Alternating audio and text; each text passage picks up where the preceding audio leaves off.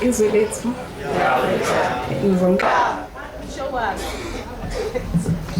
I want to thank all of you here.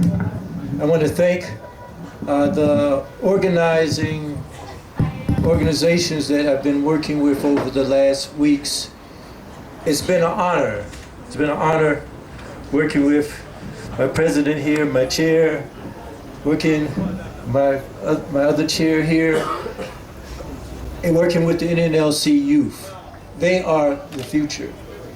Our youth are the future. You mentioned how I've been doing this for over 45 years, and actually it's been over 50 since I was at the university and an activist then. So it's important that we engage the youth and get them actively involved because they are the future. This year, the theme of African Liberation Day is imperialism and neocolonialism must be destroyed. Africans stand ready for the revolution. But first we must ask, what is revolution? Most of the media provides a twisted presentation of revolution. For instance, when it comes to technology, revolutionary change is heralded. We all have heard how cell phones revolutionized communications, how the iPhone revolutionized and leaped forward the cell phone technology. And the media is constantly tooting the horn about this fourth industrial revolution. Some are even speaking of an upcoming fifth industrial revolution that will present further human advancement. These technologies are presented as drastic improvements over earlier technology. Each industrial revolution is portrayed as a drastic improvement across society over what existed before. This presentation of revolution as drastic improvement and revolutionaries as advocates of drastic improvement is accurate. So what happens if someone works toward a drastic improvement in the economic, political, and social sphere? We live in a world dominated by the system of capitalism, where most wealth is owned and controlled by less than 1% of the population. Capitalism is a system that has legalized the exploitation of workers. This system allows individuals to own the factories, the mines, the plantations, the farms, the banks, and most services, and to operate these enterprises for their personal profit by keeping wages at a minimum. Workers are given little or no say in the production process, leading to dangerous working conditions resulting in many unnecessary deaths and injuries. Workers are given no say in how the profits from production are distributed. Yet they, the workers, are responsible for creating all the profit. It is the workers who harvest the wheat, cotton, and rice in the large farms and plantations. It is the workers that produce the bread, sugar, and the food products in the bakeries and processing plants. It is the workers who build the cars, the tractors, and the airplanes in the factories. Why can't they reap the benefits from their labor? Because the laws allow the owners to set the wages for the workers and the prices they must pay for food and housing and other items. Why do the workers put up with this? With no money to pay for housing or food, workers see only two choices: starve or work under capitalist oppression. There is a third choice: revolution. Private ownership of the means is the main determinant of wealth distribution, but it must be replaced by a system where the workers decide not only on the wealth distribution, but on the production processes themselves. To actualize this drastic improvement in economic and political reality, revolutionaries are needed. However, the capitalist media, the newspapers, televisions, classrooms, even churches, claim that there is no alternative to capitalism. The media barrage labels those pushing for social and economic revolution as criminals, traitors, and even foreign agents. You see, a crafty contradiction is presented promoting technological revolution while discrediting social, political, and economic revolution. Technological revolution is used to increase productivity and consumerism through a slew of revolutionary products and services. These revolutionary advances are attributed to a handful of geniuses, innovators, entrepreneurs. Capitalists promote this form of revolution that they control and benefit from. However, they demonize revolution that they will see will replace capitalism. They even talking of overthrowing a capitalist country is considered an act of terrorism. But what we must do, we must agitate, we must mobilize, we must organize our people to take up revolution and end the capitalist system and replace it with the just system, that of socialism. A system where the people are those that control the production process and that they are the ones that distribute the profits amongst themselves for the interests of the people. This system of socialism is needed, and it's something that we must educate ourselves and our youth to understand that that is the future.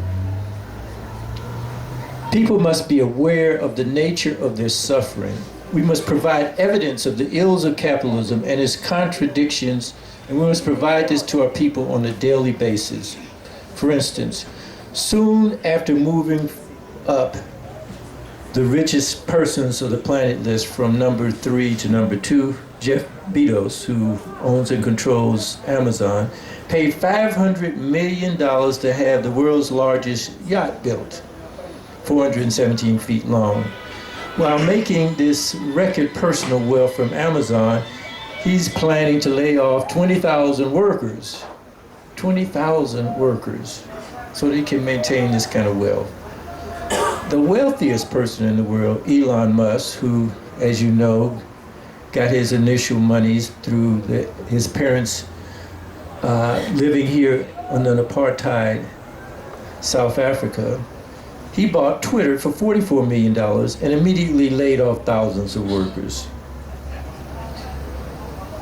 Not to be left out of things, we find Cyril Ramaphosa, president of here in South Africa, who was found to having stuffed millions of US dollars in a sofa instead of properly depositing the money in the bank. And we know that questions were raised regarding the improper operation of business to the issue of money laundering.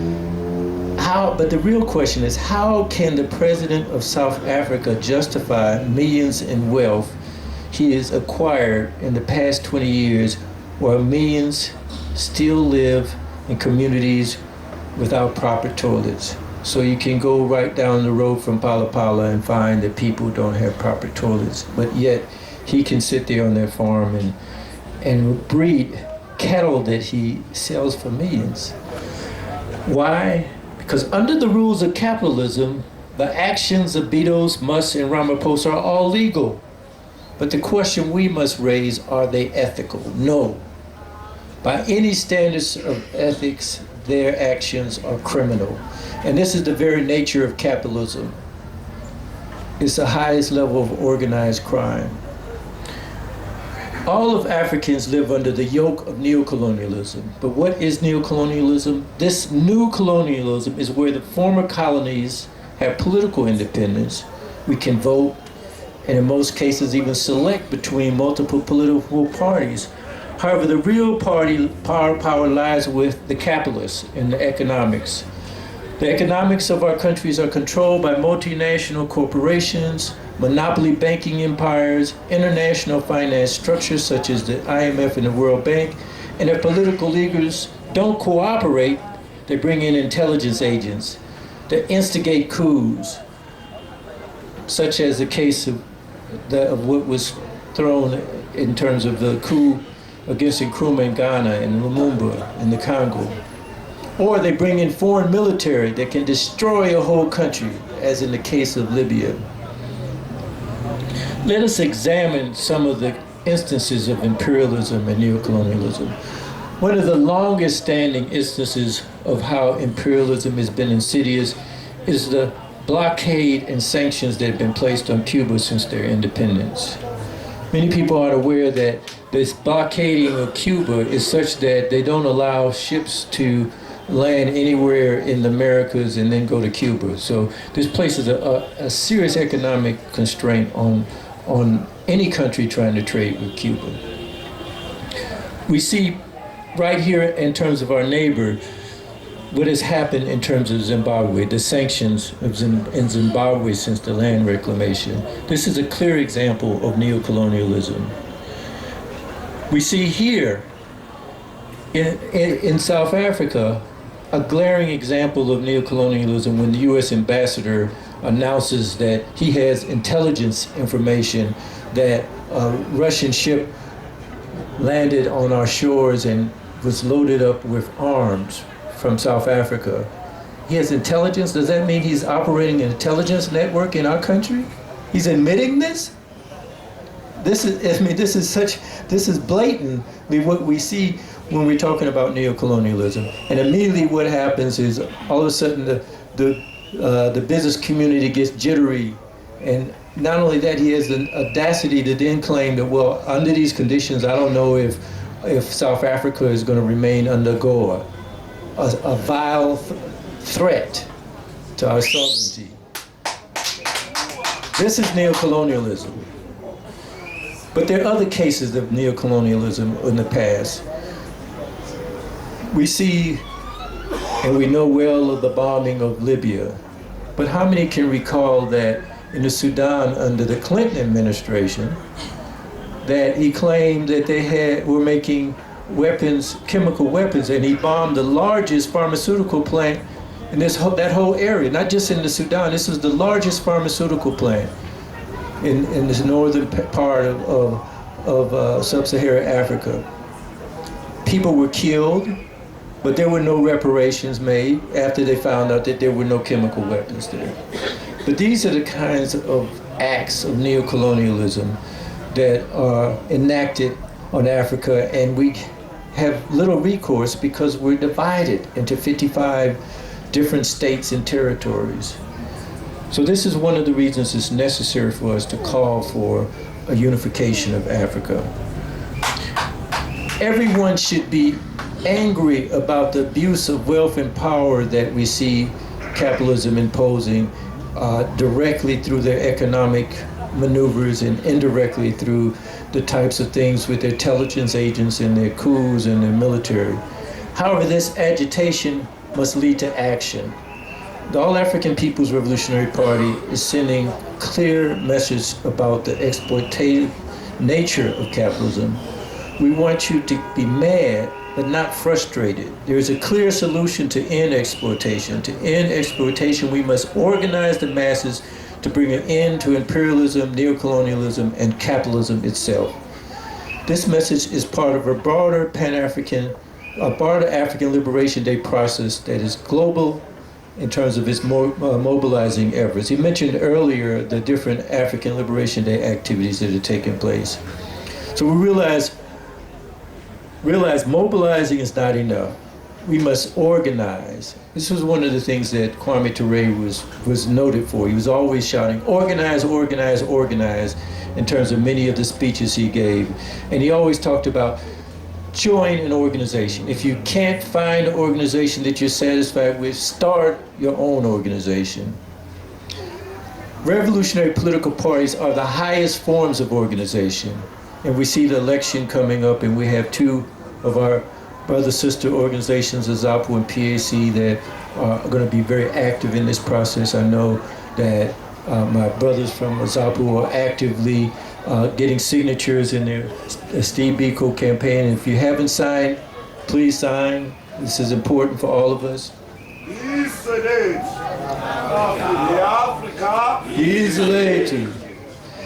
The APRP Political Education Work Study Circle program is a process for training revolutionaries committed to Pan-Africanism. This training is free and open to any African willing to exercise the discipline to follow the curriculum, the Pan-African curriculum we have, After completing 6 months of this training, they have the opportunity to advance in terms of entry level in the APRP, and after another 2.5 years, they advance to pre-cadre. Our party is a serious discipline party, and to be a cadre in the APRP, it generally takes 5 years of serious discipline work and study. But we encourage you to visit our website, get more information about how we're doing this. We see ourselves as part and parcel of a broader group that sits here, and we want to thank all of you, and I look forward to hearing my comrades also contribute. Thank you. Good day to you. Thank you, Comrade John. A round of applause for Comrade John Chimbu. As we do so, can we call upon Ugozu to come to the stage and give us a performance? Whilst we wait for Ugozu, can we get a revolutionary song there?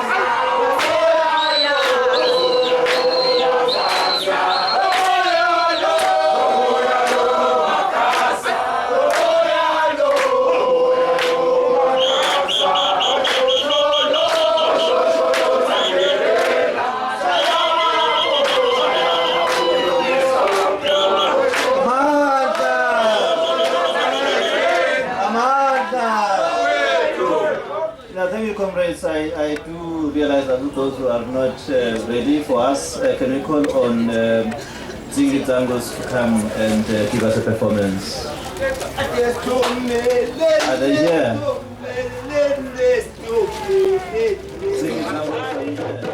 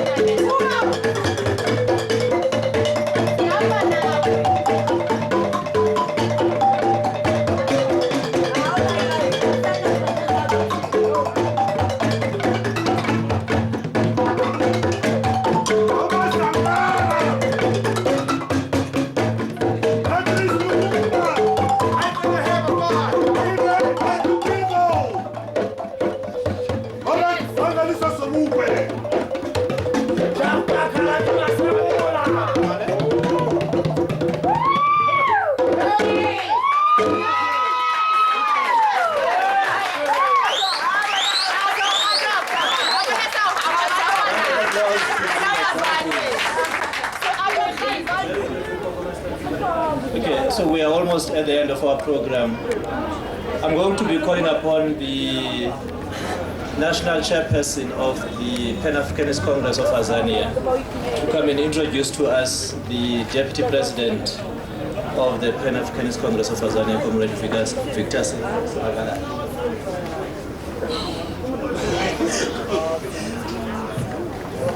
Izwe lethu, i-Africa, forward with unity, forward. Forward with unity, forward. My towers, through you, President, Mafrica, through you, Deputy President, and the All African People's Revolutionary Party, and the NNLC, as through you, President Mabuza. I'm here to do a very little job, but that is very heavy. I'm coming to introduce the PAC Deputy President to come and speak to us. For you who do not know him, he comes with a struggle from school. You normally say, where are those comrades from PASO and PASMA? You always ask, where are those comrades for Azazim and Azasco? And I would like you to stop asking this question because they are here leading this organization. That investment should continue because here is a product of PASO. Products of PASO in high school, product of PASO in university, a community activist in the now Vembe region, a youth activist who was a member of the NEC of PICO, who made some of us to travel the world to reconnect with African people as a Secretary for International Affairs. A long-working NEC member, not just parachuted from nowhere, but an NEC member who has served in various areas, including publicity, which was the last outing before we requested him to come to be Deputy President. Our Deputy President does not like status much. He likes to work at the back. He likes to work at the boardroom office, because he believes that without building strong institution, we cannot do the community work that we are supposed to do as Pan-Africanists and Black consciousness parties. President, Deputy President, I will hand over to you. From Cape to Cairo, Morocco to Madagascar. From Cape to Cairo, Morocco to Madagascar. Here's Ania, here's Aleto, Solitas, Escopioni. Here's Ania, here's Aleto, Solitas, Epazogari. From Cape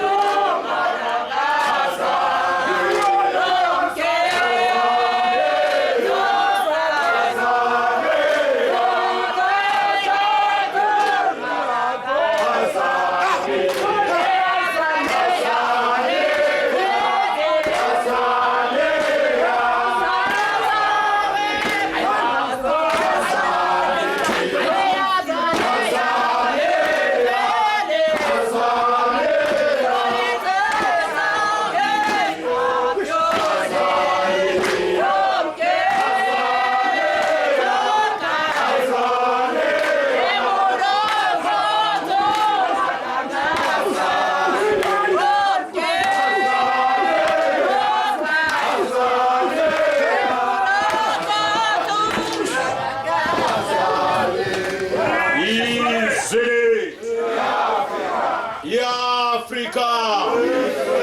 Easily. Long live the spirit of Stephen Bantu Biko. Long live. Long live the spirit of Mangaliso Robert Sobukwe. Long live. Long live the spirit of Chapta Khalavi Masemula. Long live.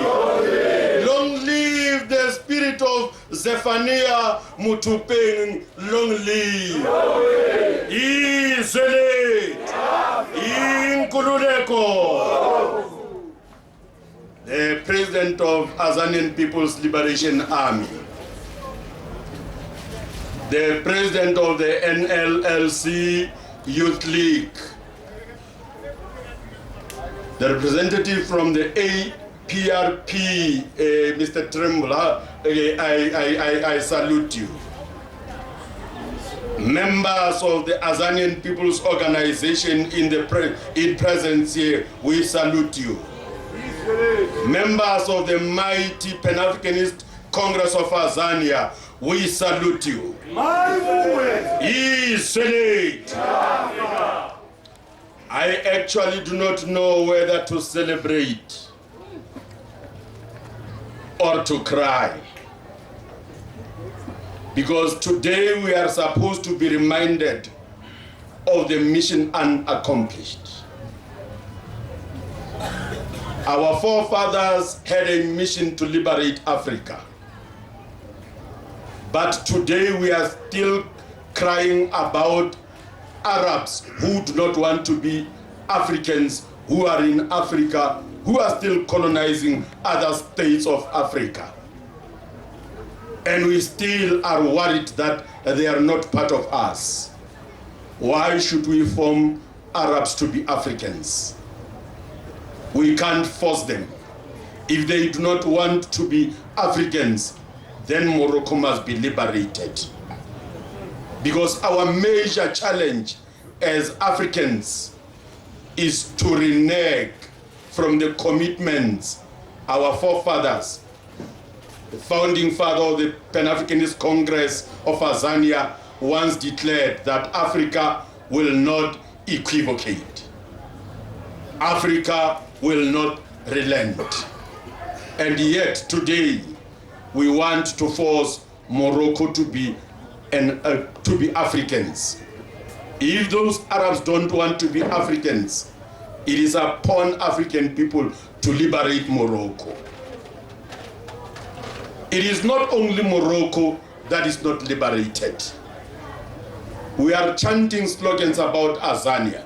Where are the boundaries of Azania? When given an opportunity to resolve problems in Africa, some of us continue to divide Africa as a peacemaking process. I'm talking here about the problems that occurred in Sudan. Someone who the world would want to renown him as a Pan-Africanist facilitated a program that has divided Sudan into two. You've got something called South Sudan today, and yet the Sudanese are still fighting. What sort of a resolution is this, which is anti-African unity? When given an opportunity to liberate Africa, some of us are actually bored and we become proxies of foreign powers in our own land. When given an opportunity to liberate Africa, we go around looking for personal money in order to enhance our personal life and our families. When given an opportunity to liberate Africa, we always are worried of who Africa shall become post-liberation. We don't seem to be confident that on our own we can self-rely. Comrade Tremble, I heard you talking about the sanctions that took place just in our neighborhood in the country of Zimbabwe. At least as Africans, we need to do some kind of self-introspection. We need to do self-introspection within ourselves, within our own countries. If Russia today is sanctioned, and the sanction of Russia makes the West to crumble economically, what lessons are we learning? Are we the ones to sing the principle of self-reliance while preaching something else? Is this which we call self-reliance indeed self-reliance? Do we have a country that is self-reliant in Africa? I seriously doubt. When NATO resolved to disturb Africa, declare a no-fly zone in one of the African states, end up killing a leader, brother leader. Not even a single African country spoke against it. Are these people leaders of Africa? Or, to borrow from the former president of the Pan-Africanist Congress, Mwafrika Lekapam Phahlele, is Africa not led by Ascaris? Is this worth celebration? Are we celebrating? Are we liberated? Do we have a single language in Africa that can be declared an international language? Are we not stooges of our former colonies because we compete over who speaks English better? We compete over who speaks French better. We compete over who is Spanish more than the Spanish people themselves. Even when we are to watch soccer, we always say, soccer ya Mzanzia bora. I don't know how many players you know of the English league. If I was to ask you, who is the best player in Lesotho? None of us can answer that question. Is this the kind of liberation we were fighting for? Is this the kind of liberation our forefathers were fighting for? Is Africa worth this celebration? We've got almost, I do not know how many universities, but if Africa has got 55 countries, at least we've got over 55 universities. None of African academia, doctors, scientists can develop a mere vaccine for their nation. Is this the kind of liberation that is worth celebration? Indeed, we are victims of foreign food. Rija macaroni. Even the pap that we celebrate, the very maize meal, does not only originate in Africa. Africans were not heavy starch eaters. But today, we have been given that which in America is served, the food is meant for, it's cattle feed. And we celebrate to say Reja Papa, Reja Mabele.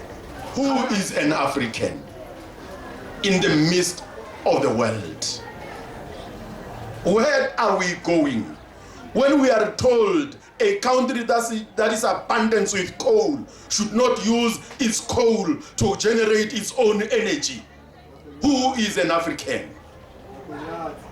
Who is an African?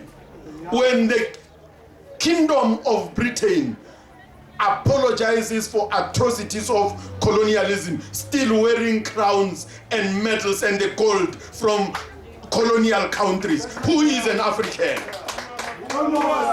Who is an African when none of our leaders can call and declare that we want reparations for all the atrocities caused by colonialism? Yet we are here competing over nothing. I see us here. We've got several political parties. I see us here. We are competing for the so-called political power. What is a political power that is funded by foreign mission? Amongst us, who are really African policy developers? What are the base of an African policy? Are we liberated? Is this worth celebration?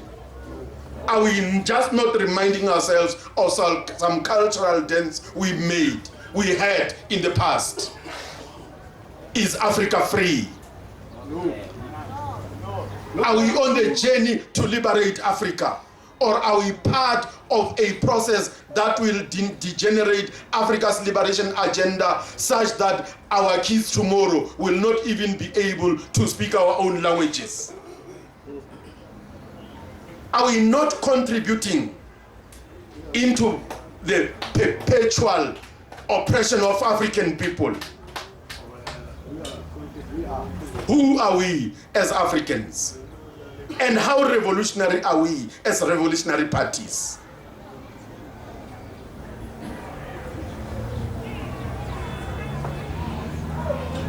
Why are we not calling our country our own?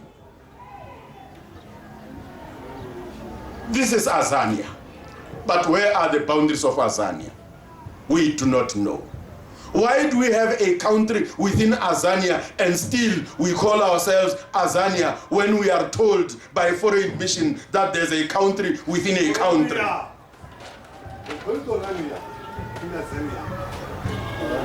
Why? Why? Why are we continuing to perpetuate white domination? Why? Why are our kids leaving our own schools in our townships to go and study so that even the little money that we could save for our liberation, we are still handing it over to the very same oppressors? Why? Why?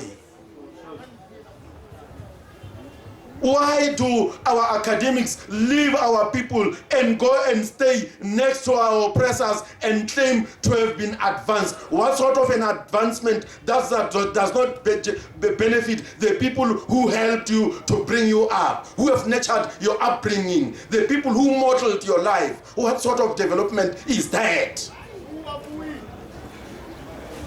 Oh, Mama Africa. So is a cry by Peter Tosh. I've been yearning, looking, searching to find you, Mama Africa. And yet, Mama Africa, you are still confiscated. I stand here before all my people. If I like ibua kasi jatlapi. Ka gore ka se borena ma Africa a re gone go boledishana. Ke utlwisa botlhoko ka gore le bana ka a ke na bonnete ba gore ba sa tlo phela mona ka gore ke bana bo Ramaphosa ba tseya tšhelete tse re sa itseng gore di tlhaga kae gore ba bolae bana ba Tharientsho.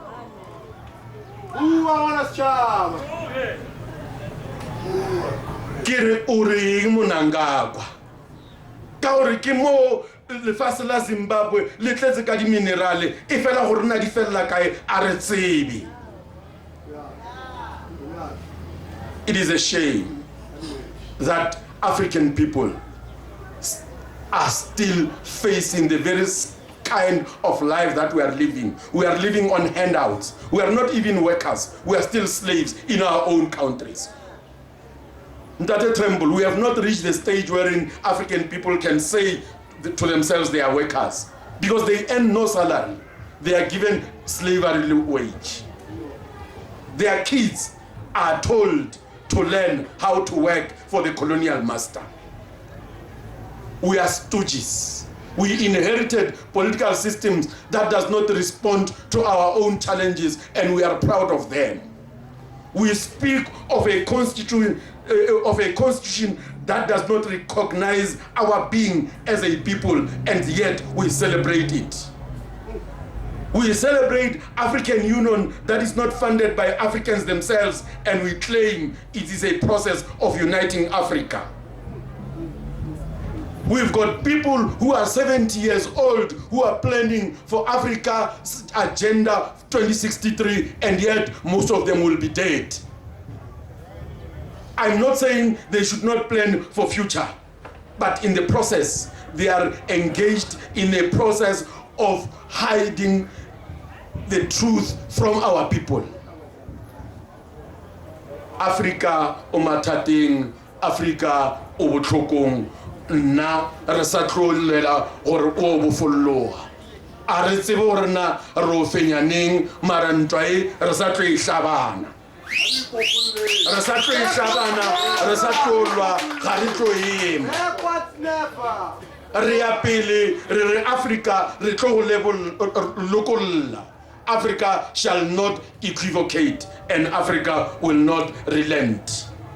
So said Mangaliso Sobukwe. And we shall take the baton from him and work hard to ensure that from Cape to Cairo, Morocco to Madagascar, no settler, no white domination shall claim even an inch of our land, because our land is our livelihood, our land is our future, our land is our being, our land is our religion, our land is a place of our ancestors, our land is a worship place. Our land is our water. Our land is our space. Our land is our being. Our land is our minerals. And our land contributes to our wealth. We shall fight to liberate this land forever and ever. We shall not relent, and we shall take the baton and continue to sing Izwe Lethu, which is why every time when I meet you, I remind you of the song that says Zulu Baba, because siyayithatha iAzania Izwe Lethu. Oh Zulu Baba, oh Zulu Baba wethu, oh Zulu Baba.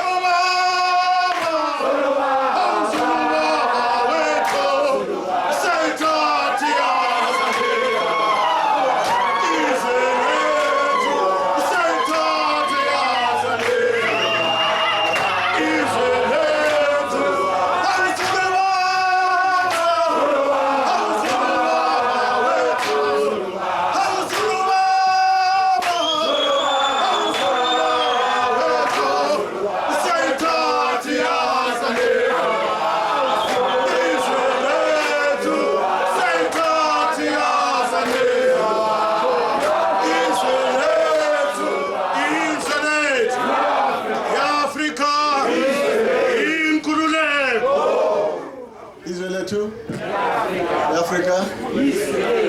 Let me deal with housekeeping issues very quickly.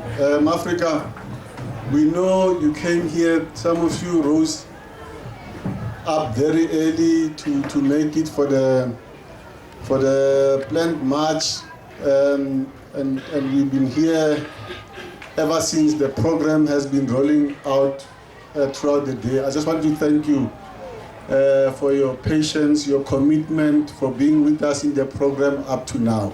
A big hand of applause to yourself. I also want to thank the several people who are working in the background, who have made this day possible. Maybe it would be unfair for me to say them by name because Kitole Balaomo or two, which may not necessarily be fair. But there is a African Liberation Day Planning Committee that includes representatives of AZAPO, the NNLC, the APRP, and the PAC. Members of that committee have been making sure that the plans for today work out very well, and have had meetings over time, planning over 2 months to come to where we are today. They've done a great job, and I know that we will, I'm also a member, we will do a summary of experience and see how this has gone on, shine the light on the good work we've done and keep it up, and also identify some of the errors and mistakes that we've made so that the both the unity that is established by these organizations and the program that unfolds from then onwards works out well. And also that the international community who have given us immense support for this program see us providing leadership, because from wherever they are in the world, we're sending them the message that the four organizations or the African Liberation Day Planning Committee has done work, and we will improve on this, including making preparations for next year. African Liberation Day is an ideological program. Its main aim is to end exploitation of our people, is to overthrow neo-colonialism, colonialism, and imperialism. We have made friends. You've seen that some friends have sent messages to us, and we're going to continue with that friendship with the people who have given us support here. Some of them you will have noticed, like the Arab Republic of Syria. They are not part of the Pan-Africanist movement, but they support the agenda. We are associating ourselves with all organizations that are under sanctions from the West, including Cuba, Eritrea, Zimbabwe, Syria itself, and many of these countries. We are supporting, because that agenda on its own, it's an agenda against imperialism. And we must learn from these comrades and what they've done. So the African Liberation Day Planning Committee has a lot of work to continue doing, and I'd like us to give them an applause.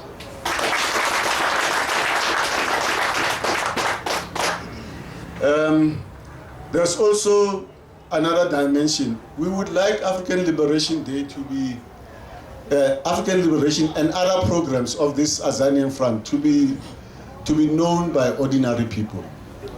We must translate what we are doing here and make it more accessible to the masses, so that people can see that there's a big struggle that we are conducting. They can send their sons and daughters, they can send almost everyone to make this struggle. Our struggle must not be a solo affair by our only team. We must unite among ourselves, but we must also unite with the masses, with the Azanian masses. We must unite with them, because that is our true agenda. I'm just saying this because over the years we have held the African Liberation Day in Pretoria, in Hatfield, and several other places like that. But our trajectory and our direction is very clear. We are going to hold days like this with the masses. We are going to make the masses understand where we are, so that put together AZAPO, the PAC, begin to make a mass party, a mass-based democratic movement that includes almost everyone from all angles of civil society, business people, workers, peasants from the rural areas. We do have peasants, comrades. We need to have them in their association to support this organization, so that we truly represent what is in the bosom, in the hearts and minds of the masses. Now, in trying to do this demonstration, that's why we came to Tembisa, to say, let's organize this now. We are taking it to the masses. We hope to continue with this program as we go on. We are also preparing for the elections. So we need to organize all the time, so that this ability to interact with the masses helps us in preparations for 2024. You cannot do this unless you are active. Don't wait for the last day. We have to organize and organize and organize our people. So that responsibility is for all of us. All of us here must be able to organize, so that the next time we bring the masses with us. Finally, I also want to thank, there are these groups that are performing for us here, because the essence of what we're doing is to promote arts and culture, is to promote our ability to communicate with the masses through arts and culture. I want to thank, on behalf of the ALD Planning Commission, I want to thank all the performers who've been here. They still come again, but we need to do the right thing and thank them when the time is still there. I also want to thank the comrades of the branch, the Tembisa branch, who have prepared a small thing for us. I want to thank all of them. So the one that I've left out, I'm sorry, because I don't have all that time. Now, Izwelethu, Africa, we're going to have this, we're on the last item. That's why I'm doing these housekeeping issues, because after this, after the president of AZAPO has spoken, he's the most senior of us here today. After he has spoken, we will have a jam session here, but the program will have ended. And then there'll be some, I'm sure the branch has organized something for us to eat or something, but the program will have ended, and then we'll depart to our various areas. I'm now going to call on Uguzu to come and present an item. If you are ready. You are ready? Yes. After that, after the presentation of the item, we'll have Comrade Simpiwe Hashe introducing the president of AZAPO. Izwelethu? Yeah. Africa?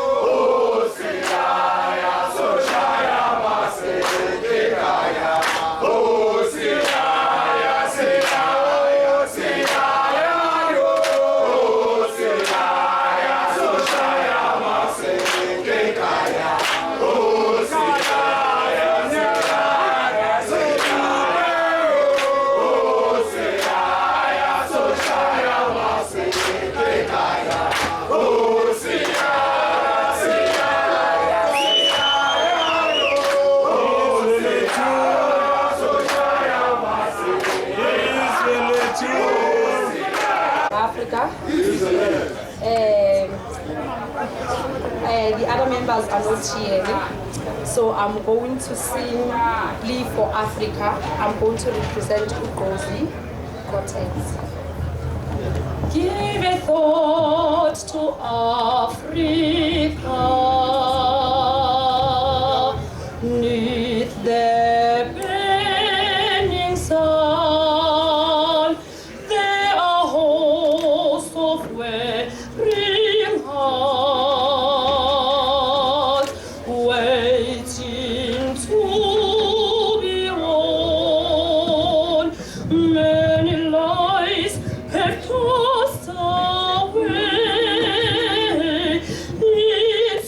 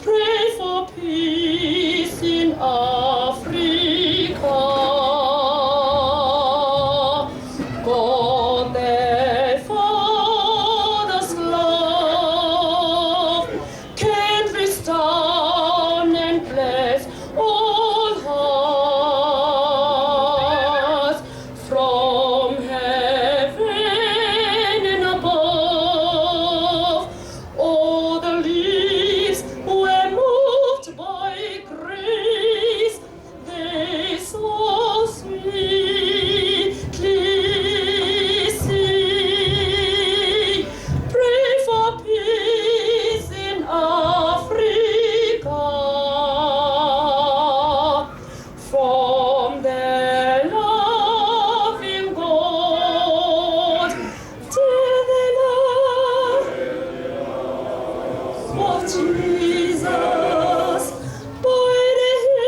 by the hills and waters. God bless Africa and the sons and daughters. Isolate. Thanks, and I was asked to introduce the president of AZAPO. He has spoken at joint events between the PAC and AZAPO for so many times. I don't know what else to tell you about him. You know him. So it requires no introduction. You know he's a product of the revolution, son of the soil. Comrade President Nelbis Kagame, come and speak to your comrades. Thank you very much, comrades. Even if it's a stanza, you know, even